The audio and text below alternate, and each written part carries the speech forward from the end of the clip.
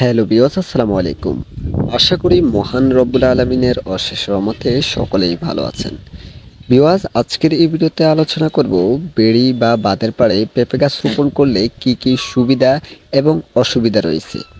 তো বেড়ির পাড়ে পেঁপে গাছ রোপণ করলে যে সুবিধা রয়েছে তার মধ্যে প্রথমটা হলো সেচ দেওয়া লাগে না।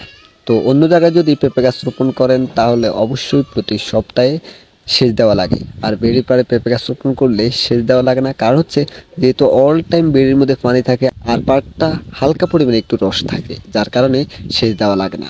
তো 2 নম্বর হচ্ছে যেহেতু বেড়ির পাড়ে গাছপালা নেই, তো অল টাইম সেই বেড়ির পাড়ে আলো বাতাস থাকে, যার কারণে পোকামাকড় এবং রোগবালাই খুবই কম হয়। তো দর্শক, বেড়ির পাড়ে পেঁপে গাছ রোপণ করলে যে অসুবিধা হচ্ছে এটা হলো বেড়ির ভিতরে বেশি পরিমাণে পানি দিতে পারবেন না।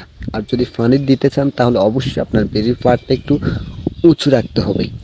তো কারণ হচ্ছে যদি একবার বেড়ির পাড় বেসে যায় তাহলে পেঁপে গাছগুলো মারা যাবে।